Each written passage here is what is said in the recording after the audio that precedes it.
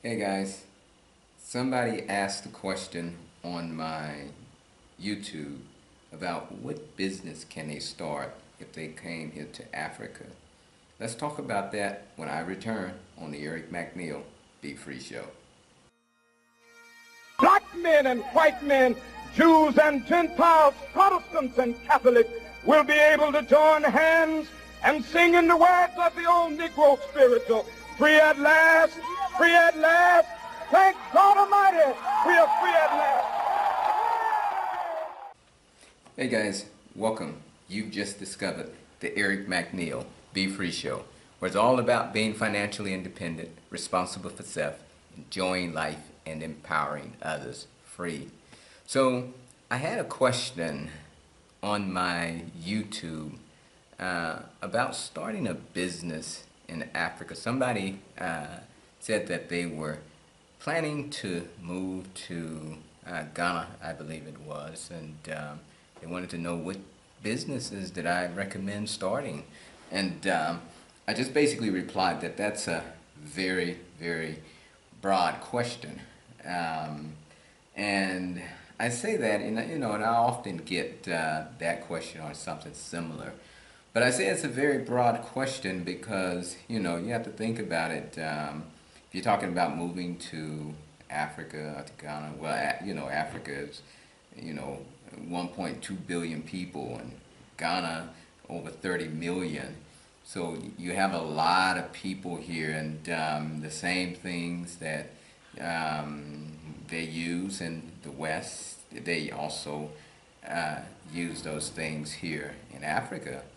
But a lot of times they don't have access to them, so they're looking for those things, and the opportunities are endless. So you can just start talking about opportunities for the next 5 years, and you still be talking about various businesses. So you have to, if you're looking at moving here, you have to first ask yourself, what can I do? What do I know how to do? And let me look at what problems can I help Africa solve? What problems can I help Ghana solve? And you start there, right? Because if you're just asking, well, what kind of, what kind of business can you do any business? I mean, if there's a unlimited number of businesses you can do in the IT industry here, in the technology industry here, fintech industry. But do you have the skill set?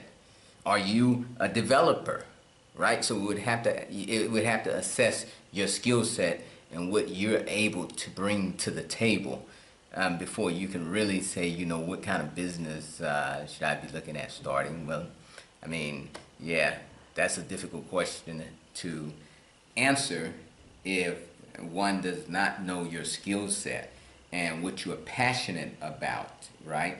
Then once we know your skill set and what you are passionate about, once you assess that, then you can start to see, how can I apply what I'm passionate about to help Africa or to help Ghana solve problems. That's what it's about, If you look at some of my videos, you hear me talking about various problems. And I'm not talking about these problems just to make conversation or to criticize. I'm talking about these problems to shine a light on them for potential entrepreneurs to help solve these problems. So this is what I want to put in your mind when I start talking about various problems. If you have a skill set that's in alignment with helping to solve the problem, then you should be thinking, wow, I could solve that problem. Let me work on, I'm a developer. Let me work on an app to help solve this problem. So that's what I'm trying to stimulate in your mind, is how can we solve these problems?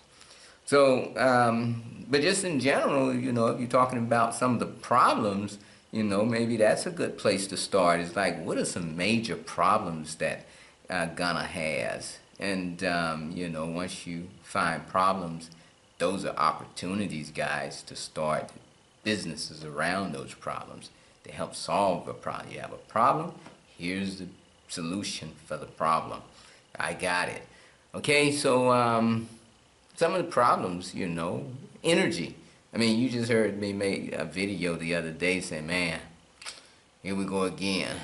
Electricity is out. So, energy solutions, guys. That brings to mind solar.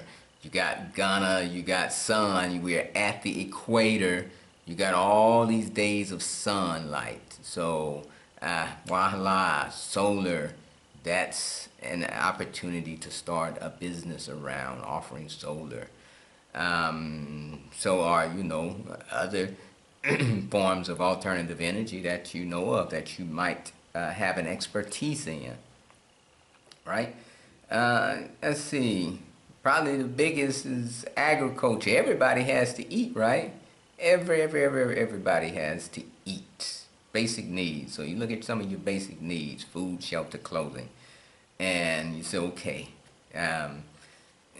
food. You know, what can we do around food? You know, a lot of times when people are relocating here from abroad, you know, if you don't have funding, if you don't have money, it's best to live outside the city and just live simple and try and offset some of your expenses by growing your own food, being a farming community, right? You look at, so, you know, so if you have some kind of business sense about yourself, and you come here and you're enterprising, then why not go outside the city and look for some farmers who are already growing food, but maybe they're losing money because of their operational practices, you know, the logistics and everything else. Like,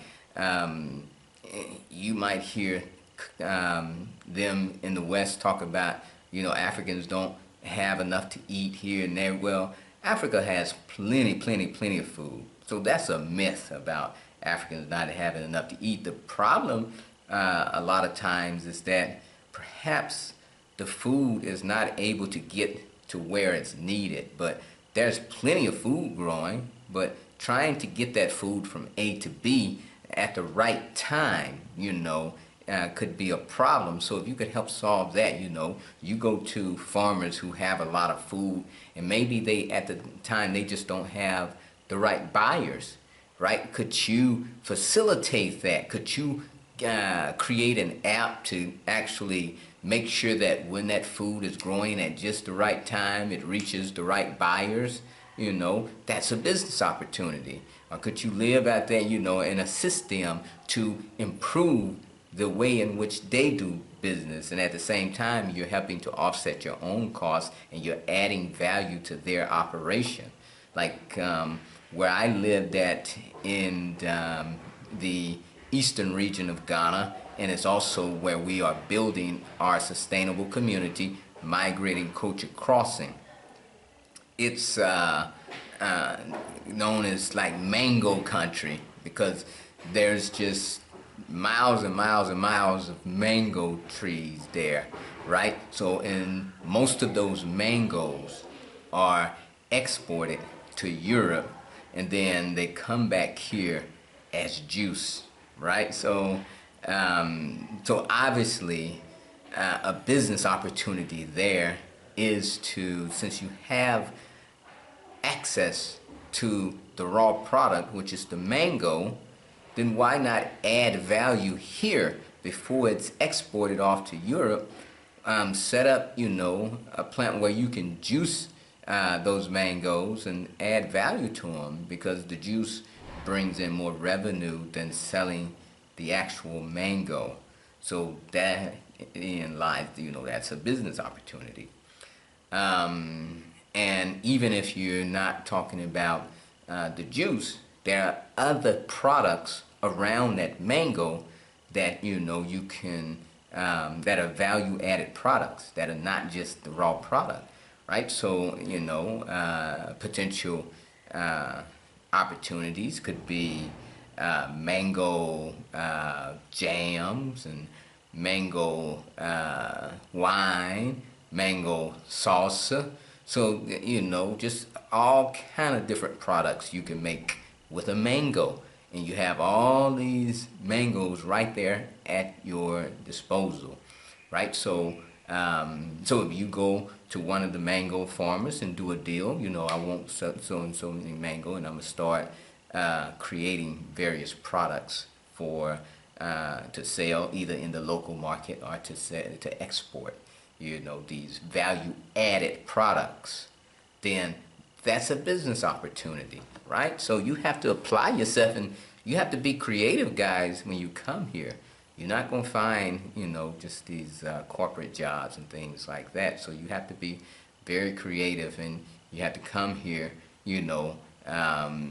starting off living kind of a simple lifestyle, so you don't go through all of your money. So it just depends on you, the individual. Like I say, everybody has to eat here. So what can you offer around the agriculture economy?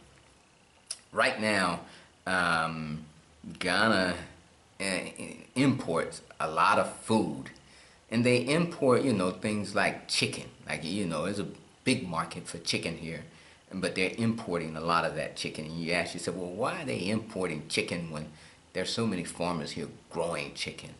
And the reason is because it may be cheaper to import that chicken here and send it, and sell it, versus trying to get it from various locations because of the logistics. So that's a business opportunity.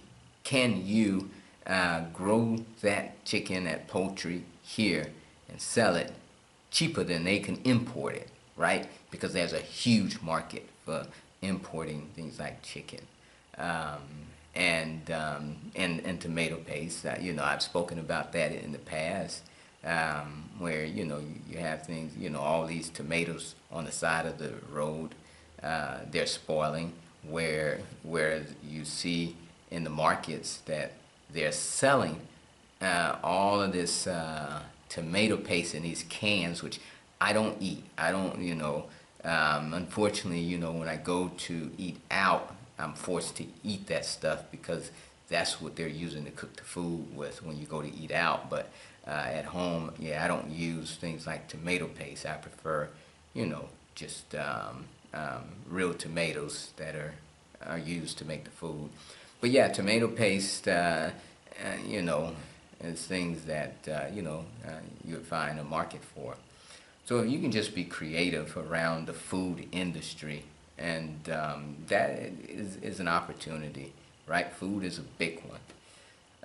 So food, energy, and these are all things that we basically need, And the thing that we're into at Migrating Culture, which is real estate, so we are building, houses. There is a 2.2 or 2.3 million deficit of housing right here in Ghana, right? So there's a huge need for housing. So we are focused on the housing market, and that's another need. So so here, I've given you basically three needs: housing, energy, agriculture. So you look at things around that, and you focus on those and use your skill sets. But and trying to, if you have some kind of technology background, you're a developer, you can develop applications to help these areas run smoother, then those are all business opportunities, guys. Okay? There's times that I've spoken about the various plants that are very medicinal here, such as the neem and the moringa, shea butter. All of those things are available here in abundance that you can export to the West and sell, whether it be on Amazon or on your own website. You can sell those things. And, it's not just going to be simple. A lot of this stuff, it will, something like that, it will require a big social media presence, right? That's another thing, that we're living in an era where everything just requires like a social media presence. I see a lot of people who are YouTubers, and they're social media people, and they have such big followings, and then they enter into business because they have such a big following. And I was just the opposite.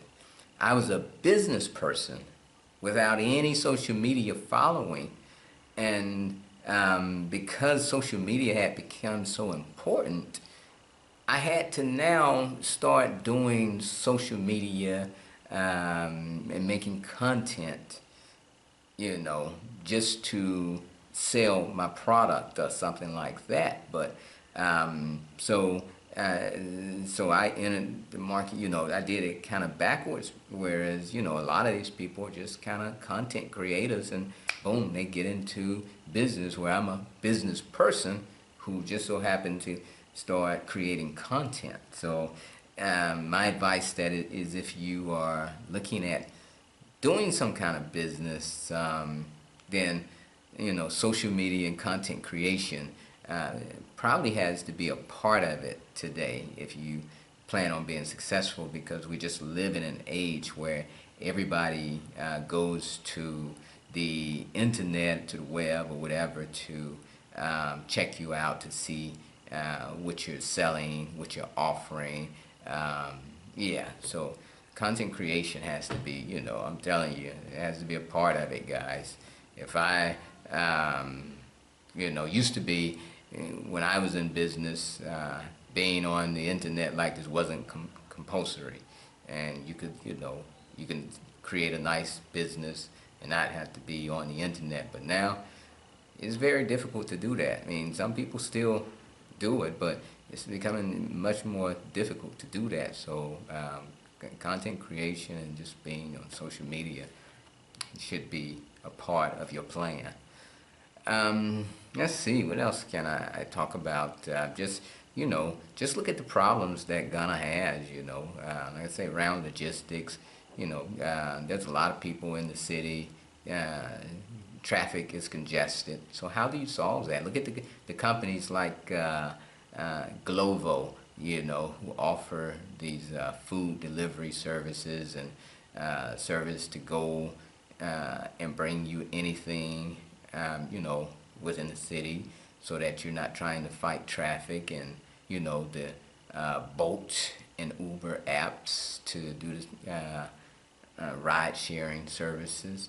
So these are all apps and all things that help solve problems. That's what you're doing. What problems can I solve for Ghana? And once you see the problems, then you know what business you can start. It's simple as that. But it's like, do you have the skill set to be able to tackle those problems? Do you have the skill set? And that's where it's at. If you have the skill set, then there's many problems here. And customer service, you heard me on a couple videos in the past, more than a couple, talk about the poor level of customer service here.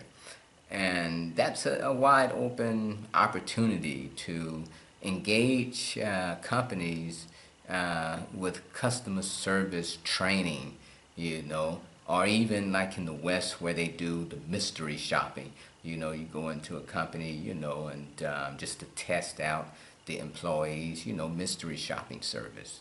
Those are all, I think, viable business opportunities that can be applied here as well.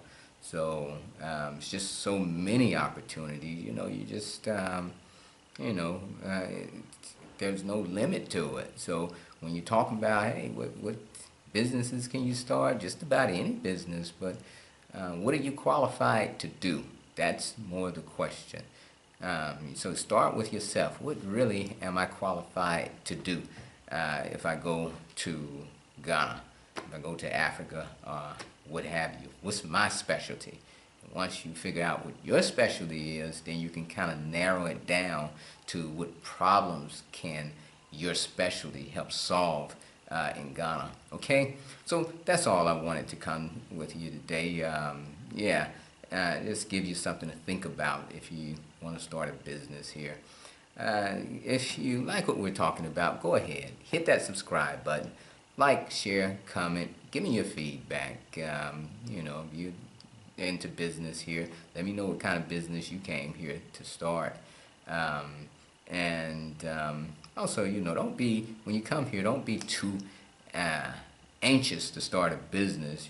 Try to work on, getting your house first, because the thing is, you can operate most businesses out of your house. So if you get your house paid for and you live outside the city or something like that, then, you greatly reduce your expenses. So you don't have a need to bring in as much revenue, right? You're using your living environment to offset your expenses, So, work on getting your house, maybe moving out, starting your, a farm or something, land where you're growing your own food. And then that's a start, because it's about trying to support yourself. Food, shelter, clothing, so you can go ahead and get the food and get your shelter situated. Then, you don't need many clothing. So you don't have a great need then to bring in a lot of money because your living expenses are low, okay? So at any rate, you can also find me on Facebook at facebook.com/Eric McNeil. It's free. And if you haven't already done so, visit our website at www.migratingculturecrossing.com and take advantage of our half-price home promo, guys. It's not going to last forever. It's going to end at the end of March. So please, go out there and look at the 5 home models that we have, that we're currently building the largest sustainable community on the African continent, right there in the eastern region of Ghana at Somanya. It's called Migrating Culture Crossing. And you can currently buy a home for half price if you pay all of the monies up front and you're willing to wait 3 years to receive the home. Now, if you don't like those terms, you say, well, I can't wait 3 years. And then we have another promo where, you can get 25% off. You pay everything up front and you get 25% off and you wait 2 years, okay? So, you pick pick the option that works for you. Or you can just go with the regular option. That's another option where you just pay 30% up front. You pay 30% when we get your walls up. You pay 30% when we get your roof up. You pay 10% when we complete your house. And that's, over a 2-year period. So we have various options for you to purchase with us, guys. So definitely go out there and check us out on our website. And as always, hoorah, ahuru. Now be free.